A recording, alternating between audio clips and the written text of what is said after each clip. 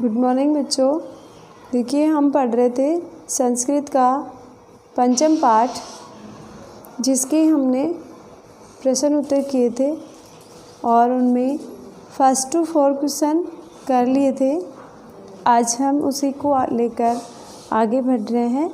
तो question number है इसका 5। समुचितै पदै रिक्त स्थानानि पूरयेत्। उचित पदों के द्वारा रिक्त स्थानों की पूर्ति करनी है। कि यहाँ पे नीचे है एक उदाहरण दे रखा है, उस उदाहरण के अकॉर्डिंग हमें जो डॉट्स हैं उनको फिल करना है। तो देखिए विभक्ति है पहले, उसके बाद में है इसमें एकवचन, द्विवचन और बहुवचन। तो जिसमें प्रथमा विभक्ति में लिखा हुआ है गज है, गजौ, गजाहा। क्या लिखा हुआ है एक लाइन में? गज है, गजौ, गजाहा। और उसके नीचे लिखा हुआ है बच्चों अश्व, अश्व,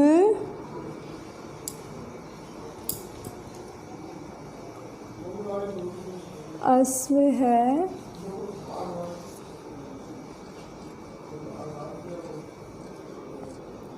और फिर यहाँ पे ऐसे डोर दे रखा है 2 जगह।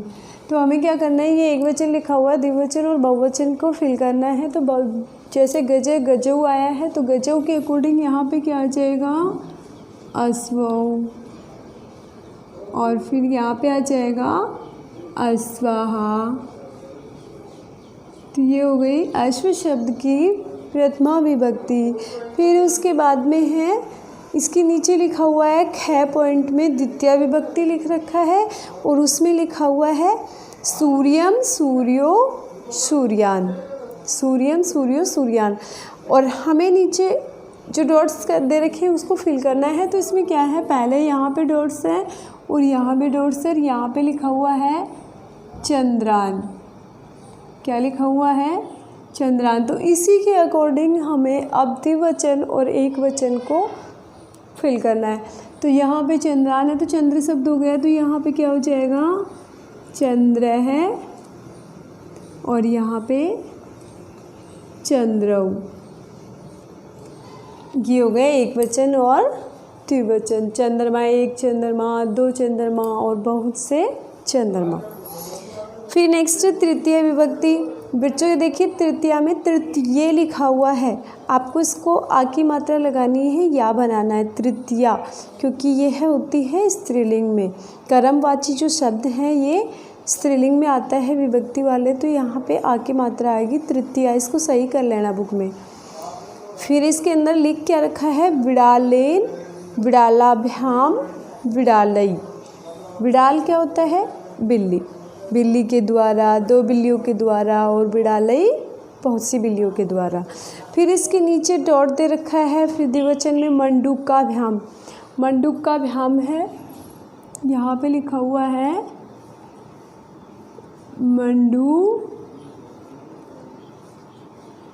का भ्याम, और फिर इधर डॉट है और इधर डॉट है।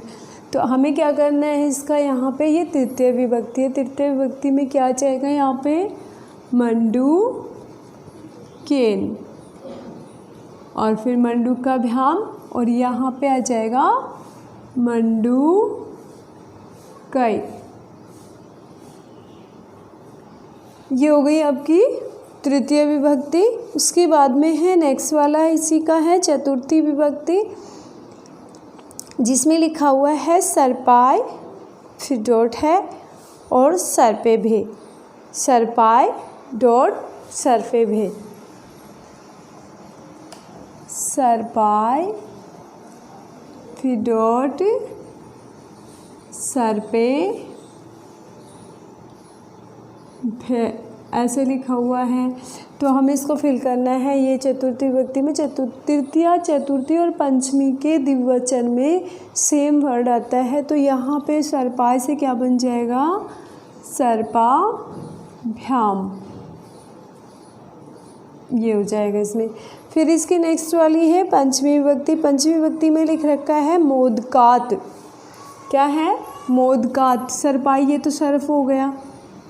फिर है मोद कात, भी इसके अंदर पंचमी विभक्ति का प्रयोग हो रहा है। मोदक होता है लड्डू, कात इसमें पंचमी विभक्ति में लिखा दिया तो लड्डू से। अब यहाँ पे इसके डॉट डॉट है तो इन दोनों को हमें फिल करना है। क्या करना है, ये मोदकात शब्द के अकॉर्डिंग ही यहाँ पे क्या जाएगा, इसके भी पंचमी के द्विवचन में यही भ्याम जुड़ता है तो क्या हो जाएगा यहाँ पे मोदका भ्याम। फिर इसका बहुवचन है वो इसी के अकॉर्डिंग ही सेम ऐसा ही बनता है तो क्या बन जाएगा मोदक के भय, बहुत से लड्डुओं के द्वारा। उसके बाद में नेक्स्ट दे रखा है इसी के नीचे दोनों में डॉट डॉट दे रखा है, एक वचन और द्विवचन में। बहुवचन में लिखा हुआ है वृक्षे भे, बहुवचन में लिखा हुआ है वृक्षे भय और यहाँ पे डॉट है तो इन डॉट्स में हमें क्या बनना है, इसी के अकॉर्डिंग पंचमी विभक्ति बनानी है तो पंचमी में क्या बन जाएगा यहाँ पे मोदकात के सम्मान वृक्षात, वृक्षात ये बन जाएगा। उसके बाद में यहाँ पे क्या बनेगा वृक्षाभ्याम, ये फिल कर लेना, ये हो गया। नेक्स्ट वाला है इसके बाद में षष्ठी विभक्ति आती है, षष्ठी में भर रखा है पहले से इसमें फिल किया हुआ है जनस्य जनयोः जनानाम, जनस्य जनयोः जनानाम, जन होता है लोग तो लोग से दो लोगों के से दो लोगों का और बहुत से लोगों का। अब इसके नीचे एक वचन और द्विवचन में डॉट है और बहुवचन में सुका नाम लिखा हुआ है तो जो सुका नाम है उसी के अकॉर्डिंग हमें एक वचन और द्विवचन को फिल करना है तो एक वचन में आ जाएगा सुकस्य और द्विवचन में सुकयो। एक वचन में क्या आ जाएगा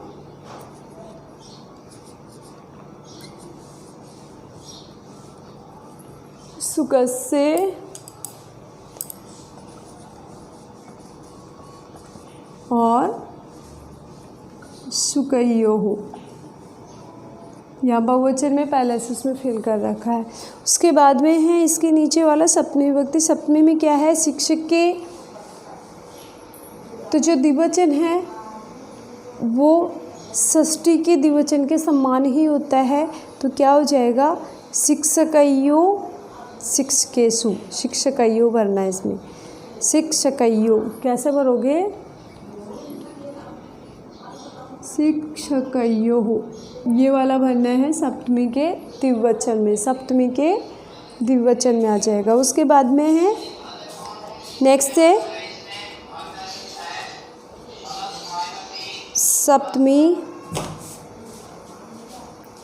सप्तमी विभक्ति के नीचे वाला है जिसमें द्विवचन में लिखा हुआ है मयूरयो और एक वचन और बहुवचन इसका फिल करना है तो जो मयूरयो लिख रखा है उसी वर्ड के अकॉर्डिंग हमें एक वचन और बहुवचन को फिल करना है तो एक वचन में आ जाएगा मयूरे और बहुवचन में आ जाएगा मयूरेश।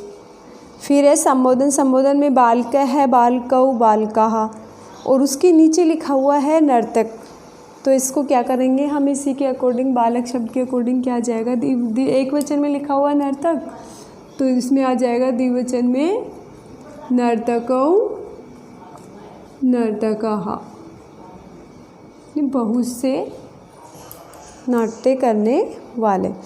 तो ये हुआ आपका क्वेश्चन नंबर 5 कंप्लीट है जिसमें प्रथमा से लेकर संबोधन तक सभी के रूप बताए हैं।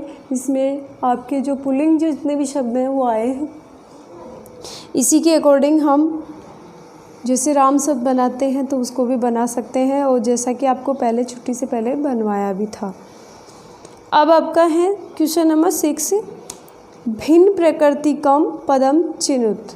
देखिए ये शब्द प्रश्न आपसे कह रहा है भिन्न प्रकृति मतलब जो भिन्न शब्द हैं, इसमें 4 शब्द दे रखे हैं जिनमें 3 जो शब्द हैं उनमें एक दूसरे में आपस में किसी न किसी प्रकार से संबंध है या सम्मान मान लो, लेकिन एक शब्द ऐसा है जो इनसे डिफरेंस है, अलग है। वो कैसे हैं इनसे समझते हैं। तो इसका पहला है देखिए, जिसमें वर्ड लिखे हुए हैं गंगा, लता, यमुना, नर्मदा। इनमें से भिन्न शब्द देखना है जो अलग है। तो देखिए गंगा है वो एक नदी का नाम है, यमुना भी नदी का नाम है और नर्मदा भी नदी है। तो जो लता शब्द आया है 2 नंबर पे वो क्या होती है, बेल होती है। तो ये अलग हो गया इससे, तो यही इसका आंसर हो जाएगा। तो इसके नीचे आप इसका आंसर निकाल के रखोगी क्या, लता। फिर इसका है 6 क्वेश्चन का ख में देखिए, उद्यानम बगीचा होता है, कुसुमम फूल होता है, फलम जो फल होते हैं, कोई भी फल हो सकता है इसमें। फिर है चित्रम, चित्र में होती है पिक्चर जो बनाई होती है। तो देखिए इसमें उद्यानम है, बगीचा है और बगीचे से संबंधित ही है ये क्या, जो फूल है कुसुमम, और फल भी, क्योंकि वहीं पे फूल आता है। बगीचे में पेड़ होता है, पेड़ के फूल आता है और फूल लगने के बाद उससे फल लगता है। तो ये तो तीनों क्या हो गए, आपस में एक दूसरे से रिलेटिव हो गए, समान हो गए। और जो चित्र है वो एक निर्जीव होता है, किसी प्रिंट होता है किसी पे उतारा हुआ, तो वो हो गया अलग। तो यही इसका आंसर हो जाएगा। तो इसके नीचे आंसर में लिख दोगे चित्रम।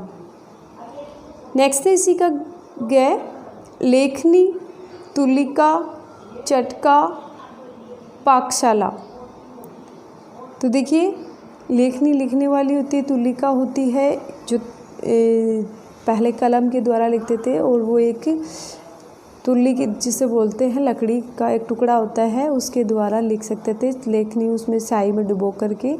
तो वो हो गई तुल्लिका। उसके बाद में है पाकशाला, होती है क्या, रसोईघर। तुल्लिका माचिस की जो तीली होती है वो भी होती है इसमें। फिर है चटका, चटका क्या है, चिड़िया है, पक्षी है, तो वो इनसे सबसे अलग आ गया। ये तो सब क्या है, सामान है, वस्तुएं हैं जिनको हम काम में लेते हैं, लेकिन चिड़िया क्या है, एक पक्षी है, वो अलग आ गया, डिफरेंस है। तो यही इसका आंसर हो जाएगा। फिर नेक्स्ट वाला है आम्रम, कदलीफलम, मोदकम, नारंगम। देखिए आम्रम होता है आम का फल, कदलीफलम होता है केला, नारंगम होता है संतरा। तो ये 3 हो गए फल, और जो मोदकम होता है वह है मिठाई, लड्डू होता है इसका अर्थ। तो ये है हो गया इनमें सबसे अलग, यही इसका आंसर हो जाएगा। तो इसके नीचे उत्तर लगा कर लिख लोगे मोदकम। और इसी के साथ में बच्चों देखिए आपका जो चैप्टर के क्वेश्चन आंसर थे वो भी कंप्लीट हो गए हैं। तो सभी बच्चे वीडियो को ध्यान से समझें और प्रश्न उत्तर राइट लर्न करें। ओके बच्चों।